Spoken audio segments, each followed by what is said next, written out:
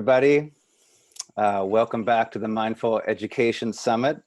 I'm Chris McKenna. I'm the program officer at mindful.org, and I'm here with my longtime colleague and good friend, Sam Himelstein. Today, we're going to be focusing on mindfulness and compassion and authentic connection, relational mindfulness, really specifically in the context of adolescents, and particularly with adolescents with trauma histories. So that's going to be the general territory we're in right now. And I'm going to have Sam do kind of a longer intro, but his current role is as president of the Center for Adolescent Studies, which is a training organization nationally and internationally now for people who love adolescents and want to work with them skillfully, both in the mindfulness-based context and the therapeutic context and the educational context. So thank you, Sam, for being with us today. And absolutely, man. Thanks for having me. Yeah, it's great. I think what I want to do, just to kind of fill out who you are for folks, is just have you talk about kind of the who, like who you work with, who you were drawn to work with from an early point in your career as a psychologist, and kind of what brought you personally to working with that population. Yeah, how you see that pathway. For sure. For me, I'm probably best known for working with some of the highest risk young people who come in and out of the juvenile justice system, but also into the foster care system as well. And I'm a licensed psychologist by trade, but I've done, most of what I do is therapy, but I've also taught in school and educational context. I've worked in, outpatient settings, inpatient settings for youth, private practice. But yeah, probably what I do the most of is working with, incarcerated youth who have some of the most, the highest levels of trauma, at least from what I've seen. And for me, what got me into this work is, just my own personal path. I was in and out of trouble as a young kid, a very young teenager, actually, in middle school. And I was in and out of juvenile hall about 7 different times, and living in group homes and in different areas in between that. And long story short, I was able to turn it around from a life of drugs and anger and violence and my own traumas to, helping other people. That gave me the spark to want to go in and work with youth. I know I was going to work with youth. I had parents who didn't give up on me, and I got into a lot of inner work, meditation, mindfulness, martial arts, other types of self-discipline practices when I was coming into high school, and that really helped me turn it around. And, the rest is kind of history. I went off to get trained and got a PhD in clinical psychology, and just knew that I was going to dedicate myself to working with young people and working with youth in the system. And because meditation and mindfulness played a significant role in my personal life history, helping me deal with my emotions and drugs and things like that, I knew that I wanted to share that with young people too. So that got me to the doorstep of working at the MBA project, where I met you, Chris, and, teaching youth how to lean into themselves, how to practice inner awareness and mindfulness, and, do it in a way that was innovative and where they didn't just want to throw the baby out with the bathwater when somebody came in talking about meditation. So yeah, I mean, as of today, I still work with incarcerated youth. I also work with a lot of different types of youth in private practice and different community settings. And I'm just on fire about it. I love it. I love working with adolescents. It's still my number one passion. So really, really happy to be here and share some of that with you all. Yeah, man. It's like, it takes me back to this kind of joke we used to have when we were talking about mindfulness curriculum or social emotional learning, how like everyone was always publishing the kind of K-8 elementary school curriculum, but then we would look at stuff for teenagers and resources for teenagers, whether it be substance abuse or mental health or mindfulness, and it was just this like drop off. Mm-hmm. And there was this sense sometimes that it's like, there's like almost a sense sometimes that people either don't like adolescents or they're scared of working with them. there's just a lot there, I think, collectively in the culture. So I think first we'll get into some of the more kind of therapeutic skills, but why don't you give us your view a little bit about adolescence as a developmental stage? Mm-hmm. It's like, it's like how you think about working with teens and like in a broad sense, and what they need and what that stage requires. Yeah, for sure. Yeah, that's a great question to start off with. I mean, the first and foremost, and I think this is a little bit of a, I don't know how much of my colleagues feel the same way about this, but adolescence is a transitional life stage, right? So like, youth are transitioning from childhood to adulthood. That's what the adolescent life stage is. And of course, like everybody probably knows, they're searching for autonomy for the most part. They're trying to become an adult. But in my opinion, what happens when somebody's going through a transitional life stage is a lot of wisdom. And so I approach working with adolescents as they're currently in a place, even if they're not, particularly conscious of it, they're currently in a life stage that produces some gems of wisdom in some way. And my goal is to try and mirror that and help them become aware of that and make that more conscious so that they can start to live more aware. And so that coupled with, the other kind of normal stuff you'll probably see in the literature and listening to other experts on the topic, like they're striving for autonomy. So you don't want to push too hard. You really want to have a relationship based. If you approach them as human beings that are going through this transition and really trying to strive, and you do your work as an adult to do your best to be empathetic and try as best as possible to take perspective about what their lives are like, you have a better chance to just meet them on a human being level, connect, build an authentic relationship, and for them to ultimately be more receptive to you and whatever you have to offer, whether it's mindfulness or some other type of technique. And I think a lot of adults get caught up in adultism, like we think about them as children, even though they're not the same as children. They're in this life stage where they're starting to learn these tools, hopefully at least. They're definitely wanting to become more autonomous and independent.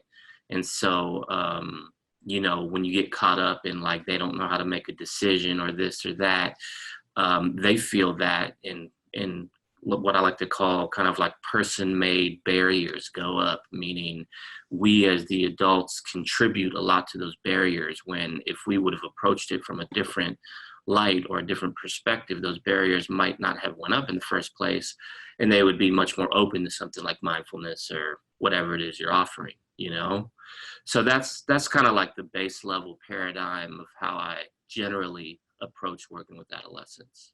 Let's get a little bit more specific into some of that, because actually one thing that I think you do differently than other trainers in this space is that, at least in my mind, some of it is making the implicit explicit. It's all these kind of soft skills and hidden things that are happening therapeutically that are really the basis of a mindfulness program working. Mm-hmm. So I think we can't get into like a full training here, but maybe just walking us through, just kind of naming what some of those skills or facets are, because I know you also talk about that as a cultivation practice. Like, it's not just automatic. People are really, they're embodying something when they're in the relationship. So maybe just walk us through how you see some of that material.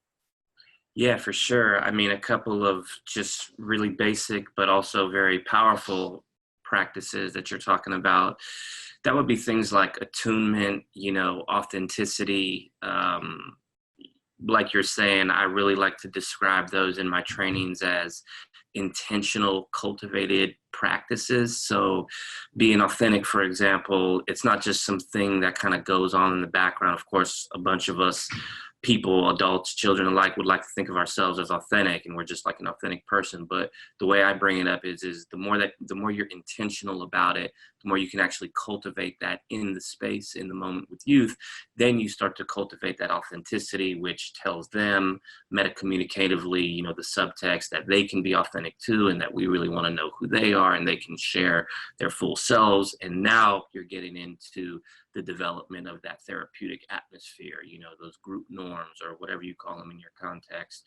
And so things like that, where authenticity and something like attunement, you know, attuning to myself first and essentially practicing mindfulness so that I can be more present to another, to a youth, to a group of youth. Those are things that are extremely important. And, but it's not like if you were watching a video of my sessions or some group curriculum that I was offering, you know, from the bird's eye view, you wouldn't necessarily know like, oh, he's attuning or he's being authentic. It's something that's in the forefront of my mind, but it's not necessarily something that you concretely see or do. Like a youth isn't going to come up to you and say something like, for the most part at least, they're not going to say something like, well, thank you for being so attuned and authentic in that moment. They're just going to feel it over time, and you're going to ultimately become a predictable and safe and trustworthy adult. And so those are two kind of things that are like, we can think of them as these just behind the scenes, even though inside of us, our own awareness, we're cultivating them. And then you can get a little bit more concrete with very simple things, but also very powerful. You know, I'm a big fan of Thich Nhat Hanh as a mindfulness leader. And I first came across the phrase deep listening through his work. And it's such a powerful practice, especially with youth, especially with teenagers who generally are just not getting listened to by adults. So when you do that, when you really sit down and give somebody like the real genuine time of day, they can feel that vibrationally. And that's kind of like we're offering in some sense a socio-emotional, socio-cultural corrective experience, because they generally don't get that from folks, particularly adults. So that's another thing that's a little bit more concrete. I mean, you may not know that I'm practicing deep listening if you're looking at my sessions from a bird's eye view, but at the very least, you can, you know, think of the session and say, oh, Sam's probably like listening right now. He's not talking. And then another thing that's a little bit more concrete would be this, you know, I'd like to think of deep listening as a receiving practice. I'm receiving energy, I'm receiving information. On the other side of that coin would be an offering practice. And that's how we show up in the room and we share ourselves and share our stories. And that's what I like to call skillful self-disclosure, which of course, you know, we could talk about this for the whole session because it can be kind of a hot topic in certain therapeutic contexts and certain educational contexts, because sometimes we're trained not to talk about ourselves and share our own stories. And when working with teenagers, because there's this fear that they'll like take that information and manipulate it and use it against you or something like that, which oftentimes actually doesn't happen. The only other thing I'll say about that, just because of time, is that, you know, the key word in the phrase skillful self-disclosure is skillful. So I present myself in the room with youth skillfully and appropriately. And I come from the kind of mindful, reflective practice of, is what I'm about to say, is what I'm about to share about myself in the best interest to my clients, to my students? Does it bring any value? If I'm just sharing, for example, in a room full of incarcerated youth, if I go in there and say I was locked up too, but I'm doing that because I really want them to listen to me, then essentially what I'm doing is say, you know, like me, listen to me, you know. That's not so skillful. But if I'm doing it because I believe it will actually bring value to the relationship, which will then make an individual or a group of individuals more receptive to me and more open to the practice of something like mindfulness or some other contemplative practice, then it becomes a bit more skillful. I may not know if I'm going to be right in that regard, but at least I'm thinking about it ahead of time and not just kind of spewing what's on my mind. So certainly a subtext would be skillful speech or mindful speaking in terms of skillful self-disclosure. So again, those are kind of like the four very basic, but essentially very powerful practices that you can think about, that for those, I'm talking to the viewers now, for those of you out there, like, you probably already do this in some way. And my point isn't that this is rocket science that you don't know. It's more, can you make this more intentional and bring it more into the room with you, so that you're practicing attunement, practicing authenticity, practicing deep listening, and practicing skillful self-disclosure in a way that actually builds the relationship, rather than keeps it on this kind of background, back burner monitor, where if you're talking to your colleagues, you're like, oh yeah, I have a good relationship with X and a not so great relationship with Y, and a no relationship with Z, when you're talking about your students. And move it from that to, how can I actually intentionally build relationship and connection with everyone that I'm working with. So I'll cap it there, because, as you know, I can go on about that. So. Yeah, I mean, it's one of the main pivots I want to touch on, because you and I used to say that, like, there's an extent to which educators are being made into mental health professionals, but without the training. Mm-hmm. That's one way to look at the paradigm we're in. And Mm-hmm. you know this just from working in Oakland. It's like the number of social workers and school psychologists is shrinking generally, and not expanding. Mm-hmm. So more of the frontline mental health load is being put on teachers. So it's like, one of the things I wanted to do here is, like, I think you and I both believe that, like, probation officers, there's a lot of people that are not formal mental health professionals, but touch youth very deeply, and that there's things we can do to build a better container for that work, even if someone is not a psychologist. Absolutely. I mean, and we as the adults don't get to pick who the youth is going to feel most safe with. And sometimes I've worked in, like I said, juvenile halls, schools, outpatient settings, inpatient settings. Sometimes the youth gravitate more towards the teacher or the mentor at school, or, in some even very rare cases, the probation officer or something like that. It's not always going to be the psychologist or the mental health professional who the youth feels most comfortable with. And there's a lot of low-hanging fruit in terms of just very basic training and basic skills that a lot of teachers, educators, other professionals could develop, and that can go a really long way when working with young people, for sure. Yeah. So let's jump to the heart of the complaint that is issued, or was always issued when we did trainings together, which is basically that someone's trying to run some kind of mindfulness intervention or meditation or contemplative practice, and basically there's this sense that it's not working for whatever reason, some kind of disruption. Typically in this culture, we talk about it as resistance to the program, resistance to doing X. I had you introduce the features of a therapeutic container first, because I know that's like one of the ways you connect it. So let's just, like, when someone brings that kind of observation to you, what do you see? It's like we've looked at a lot of video of people, we've looked at people teaching. What are the things that you typically see when people have those kind of issues? Yeah, that's a great question. I would say overwhelming. I have a couple of different answers to this, but I would say overwhelmingly what I see is that the teacher, I'll just say teacher, whether you're a teacher or therapist, you're in the teaching role. Let's say if you're, presenting a mindfulness program to a group of teenagers, let's say, overwhelmingly it's in some way the ego of the teacher getting triggered, on the one hand.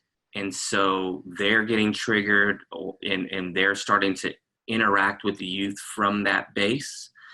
But then also, I don't want to forget to say this. I also think, and I'll come back and unpack that other piece in a minute. But I also think a lot of the times resistance comes from youth to mindfulness meditation. So not just the overall umbrella practices of what could potentially be mindfulness, but particularly meditation, and teachers trying to sometimes force meditation, or unskillfully use meditation before that safety and that trust is built in that environment.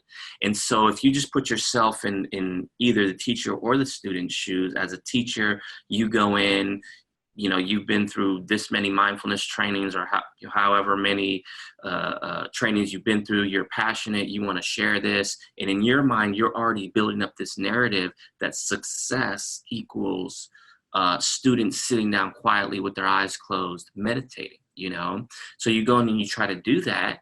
And at the first mark of somebody not getting down with that program, you start to have this triggering narrative pop up of like, this isn't working. They're being resistant. Whereas from their side of things, they're like, somebody's coming in, even if it's somebody they know. But oftentimes, these programs are delivered through people coming in out from outside programs or whatever. They're coming in, they're wanting to share something like meditation, but I don't know you, I don't feel safe here. Unfortunately, a lot of people don't feel safe in a school setting, for example. So I'm not going to sit there and close my eyes. I'm going to crack a joke, or I'm going to do something to get the attention off you and put it on me. And oftentimes that's subconscious. It can be conscious sometimes, but that type of resistance comes up as a way for the youth to protect themselves.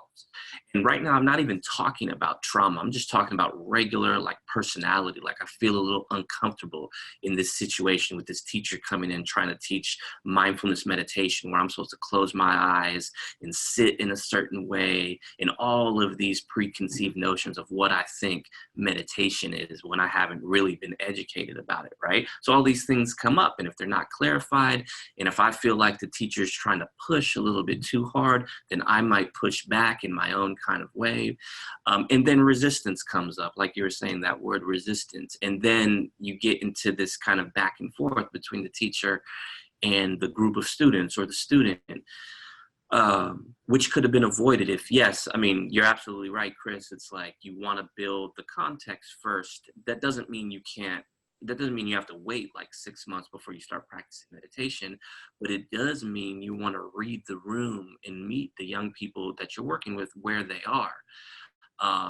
And if you overlay something like trauma, which I know we're going to talk about in a little bit, but like, if you overlay something like that, where it's like, for some youth, it may actually trigger them physiologically to close their eyes and have them in a state of feeling extremely unsafe, right? So of course they're going to push back against that. So I think what it really comes down to is, one, reminding ourselves as teachers that mindfulness is more than just meditation. And of course, resistance comes up in many more ways than that. But I just see that a lot. And I personally always forget to address that it's not just about meditation, formal meditation, but also informal mindfulness practices and other contemplative and awareness building practices as well. It's that. And then it's also, viewing their behavior, which is often looked at as like disruptive behavior, viewing that as a self-protective mechanism. When I do that, I'm more likely to take it less personal. And when I'm less likely to take it personal and personalize it, it's easier for me to step outside of my ego. It's easier for me to shift. It's easier for me to drop the meditation and try and do something else, and not be so attached to that narrative or that image of everybody having to sit down and be quiet and things like that, and meditate. And it's just easier for me to have compassion for them and meet them more on that human being level. And when I do that, relationships, again, back to the broken record of the base of what I'm always talking about, is when I do that, we build that trust, we build that relationship. And then one day, for that kid or those group of kids who are always super disruptive in class, I can rely on my relationship with them to say, hey, this is how it's helped me, or why don't you give it a try? And I can push them a little bit harder because I actually know them at that point. I would never push somebody too hard before truly knowing them. So that's kind of like my little rant on resistance. I was a little all over the place there, so I apologize. There's really a lot to unpack, and I would just say a lot of it has to do with factors of the adult, of the teacher going in, and how they react and even just view what resistance is through their lens, when they're doing this with young people. Okay, a specific question and then a more general one. you and I used to talk about facilitation as a practice. One of the main factors you're dealing with is getting triggered. Right. So like, let's just get a little specific about that. People bring in different filters. How do you deal with that as a facilitator? You know, if you get really activated because of being challenged in a certain way, like bad day, no sleep, whatever, it's like, walk us through how you practice in that moment, or how you tell people to practice in that moment. Yeah, for sure. I mean, I generally invite folks to rely back on their whatever their most comfortable practice is, their most comfortable awareness practices in that moment. But because I think that's what most people will actually revert to when they're in a time of stress.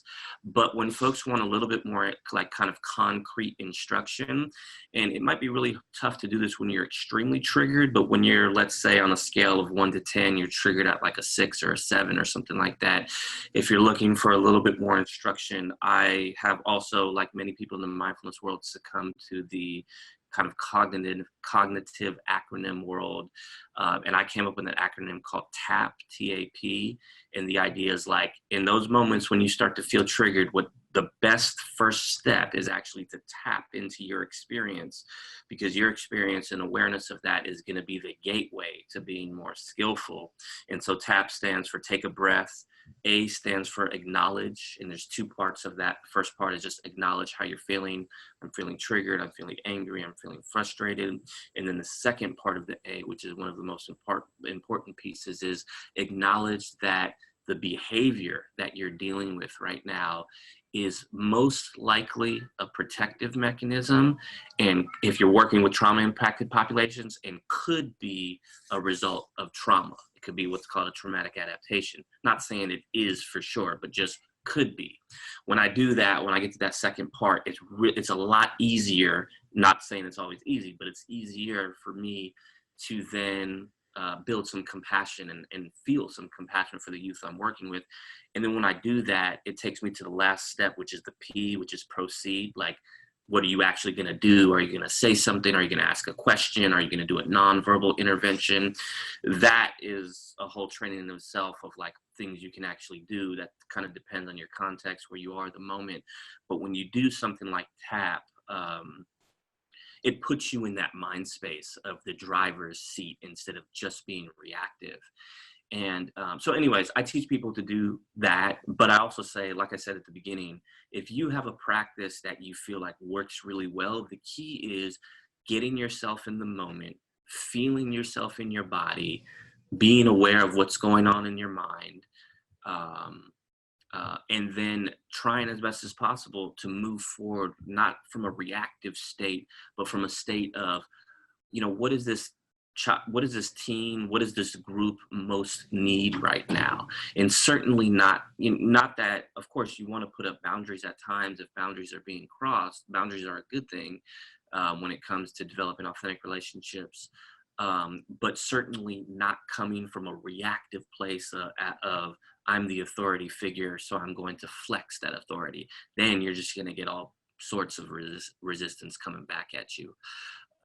So to me, that's what it's really about. And the only other thing I'll say about it is, so it's the in the moment, like whether you do TAP or STOP or, another acronym or whatever your internal awareness practice is, it's that, but it's also doing your personal work outside of the classroom too.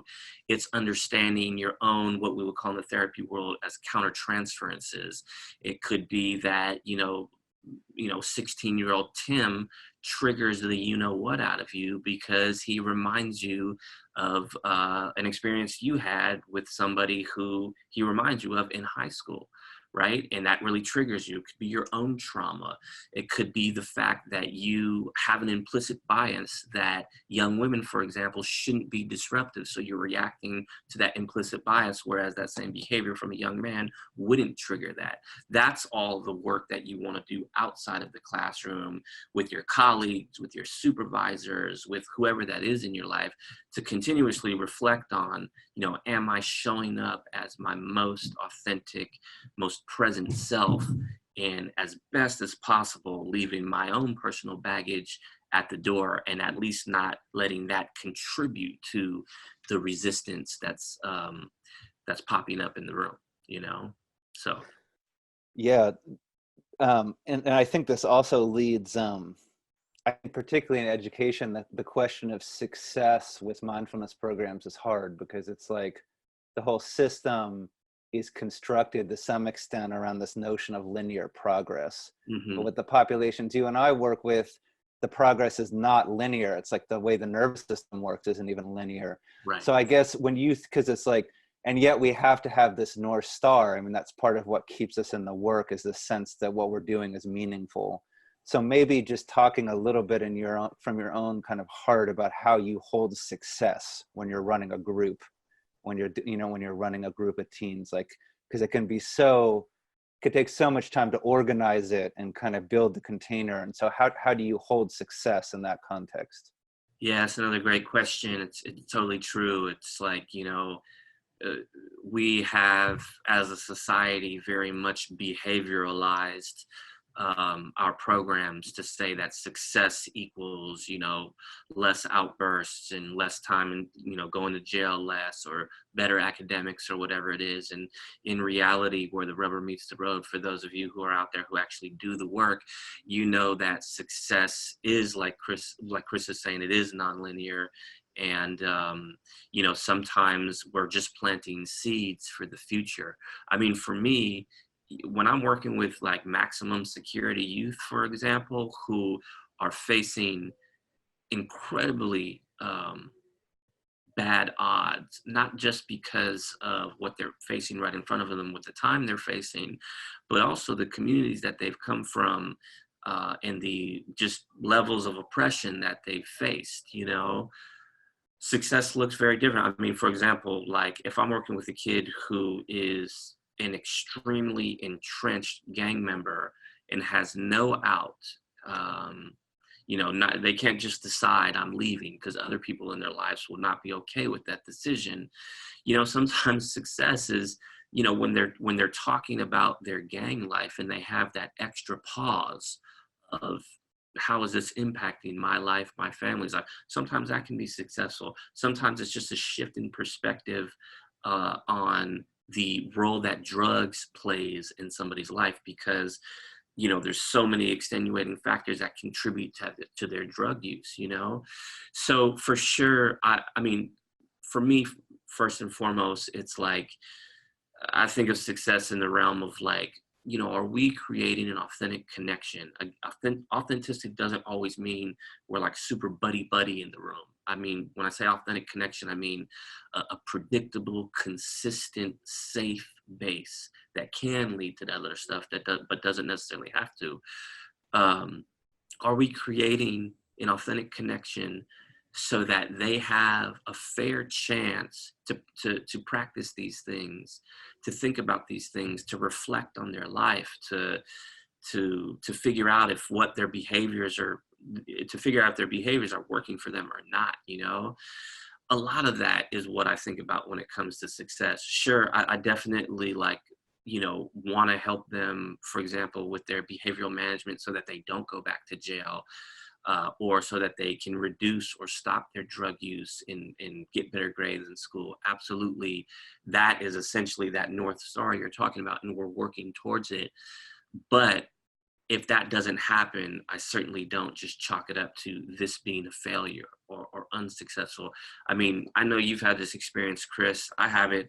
Every once in a while, I'll get a call from a kid that, I worked with a number of years ago in a juvenile hall setting, or in a school setting, wherever.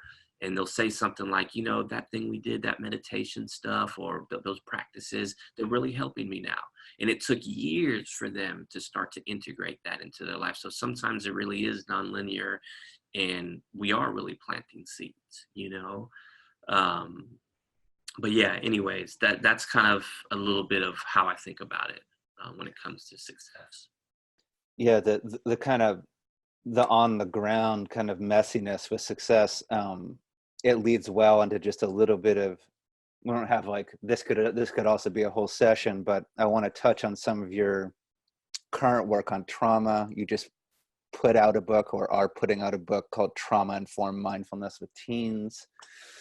I think that the question here is, when you and I got into this, which is a long time ago now, we viewed contemplative practice and mindfulness as kind of in a trauma healing context, or at the very least as like a coping tool. Right.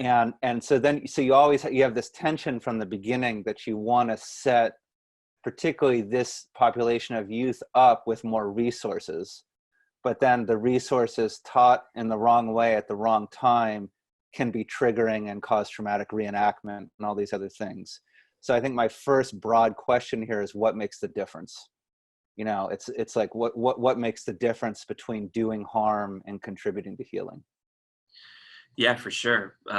You know, the biggest thing is just, and you probably everyone at this point, or most people who are viewing this, have heard that phrase, trauma informed or trauma sensitive. And that's where the start is, right? Like if you don't take trauma into account and you just think to yourself, yeah, I could go into this room of young people and teach these practices and only good will come of it, that's the first red flag, because you're not taking into account that doing something as simple as closing your eyes in a group of people that these youth may not feel completely comfortable with can actually have the outcome of having somebody go into a full-blown fight, flight, freeze, or feigned death reaction. Not on purpose, not because they want to be resistant, just because their central nervous system at that time is telling them they're not in a safe place, you know? And one of the key factors of trauma-impacted youth, any trauma impacted population for that matter, is for folks who've been heavily traumatized over and over again, their neuroception, their ability to sense the environment around them and determine subconsciously if they're in a safe place, is misaligned. So they oftentimes interpret neutral or non-threatening stimuli, at least for folks who haven't been traumatized, non-threatening stimuli as threatening and as dangerous. And so their system goes into this full-blown reactive mode. And so, not just, like, very simply put, like, not taking that into account is the first red flag. And also understanding that sometimes something like mindfulness meditation, again, meditation as in like formal meditative training, can sometimes be contraindicated. Like, I've worked with many highly traumatized youth where it was like, I'm definitely not going to try and do a mindfulness meditation with them right now because it's going to trigger them. As their psychologist, I had a pretty good, pretty good pulse on that was going to happen. Now, I could work towards that over time, and it can be a part of their treatment plan for them to learn to ground themselves, for them to understand they are in a safe environment with me, and that's part of the relational building as well. And then over time, use it as a goal to be like, okay, let's try and do a meditation for just a minute and see how that feels. Maybe a month from now will be 5 minutes or 3 minutes or something like that. But not taking that into account from the beginning, that what you're doing can actually trigger somebody, and not understanding what trauma is and how it is oftentimes a subconscious physiological reaction. It's not a youth choosing to be resistant to you and kind of try to give you crap, not understanding that's the red flag, where it's like, now you can get into that realm of creating harm with something as powerful and transformative as a practice like mindfulness meditation. Yeah, I mean, it's interesting because, I remember a lot of the stuff we would talk about at the level of method. It's like the simple grounding and the bringing yourself present to ordinary reality. This is not, as you say, it's not like formal meditation, but these are awareness skills. Mm-hmm. So in a way, is it fair to say that, like, you're looking a lot at dosage and kind of the building up of a skill? Can you talk just some about that, just about like how you see that trajectory if there is trauma, either in an individual or a group of youth? Yeah, for sure. Definitely dosage is a big thing. Absolutely. You want to, really have the pulse to the ground when it comes to the time that you're actually spending. But yeah, a lot of the practices that could be considered grounding practices, for example, they may not fall under like the strict definition of what mindfulness is, in the sense of like with mindfulness, we're trying to be present with a non-reactive mind. In some of these grounding practices, there is an intention to try and calm down. The idea is that if I was working with a young person who had a lot of trauma and it was clear that they would get triggered when they start meditating or something like that, I would do short moments of awareness, like you're saying with dosage, and also in conjunction with that, help them learn some of these grounding and calming techniques when the iron is cold. So I'm not going to strike while the iron is hot. If, assessment is such a big part of this work, assessment meaning like just being very present and attuned to what they're going through. And if they're getting close to that window of tolerance where they're going to go into like a fight, flight, freeze reaction, I'm not going to do anything like that. I'm going to do more of a relationally based intervention to get them more in that zone of tolerance so that we can then do other stuff. But if they are in that zone of tolerance, I'm teaching them these grounding skills. And that's kind of the paradox with the mindfulness stuff. It's like you can teach these skills when they're not in a triggered state or not moving into a triggered state. And over time, they can get better with them. They can get better at them, excuse me. And then you can start to, it's totally unique to the person, right? I can't say like after 2 months you should be here or after 4 months you should be there with every youth. Trauma shows up in many different ways, but I would be very attuned to that process, and I would move slow, and I would always put the relationship first. The relationship was what's going to hopefully help them feel the most safest in their environment. And that's really the crux of trauma-informed care. It's creating a sense of safety so that you can do all these other techniques, So for me, it's relationship even before mindfulness practice and self-awareness practice. But then after that, then I start to get in those things because I know that those tools will ultimately help a young person help themselves in the moment to feel more safe. So that's where it really overlaps with that. And it really depends on where the young person is at. But I've went for months, for example, without trying to do a meditation, or what happens more often than not is I'll pilot a meditation a little early on, just for 30 seconds to a minute, if they feel comfortable enough with me, and I'll really be present to what's going on with them in those moments. I'll look at their facial expressions. I'll look at any types of bodily movements. I'll pull them out of there if I need to, or I'll tell them, come out, open your eyes whenever you want, or don't even close your eyes in the first place if you don't want to. And so that's more of like an assessment in the way, more so than the practice. But I think that's where the big shift is. I'm certainly not going into a class in my mind being like, mindfulness is this transformative practice that's going to enlighten all these kids right now. Even though it is a transformative practice, I'm going in there and saying, let's try out some of these practices and really see what's going on. How is it landing with the youth? That's really trauma informed. I see so much, and I know you've seen this too, Chris, like a facilitator will go in and they'll lead a meditation and they'll close their eyes and they'll just get right into that meditation too. And that's when you start to see, youth will open their eyes, they'll start, types of resistance will start coming up because that individual is so just in their practice.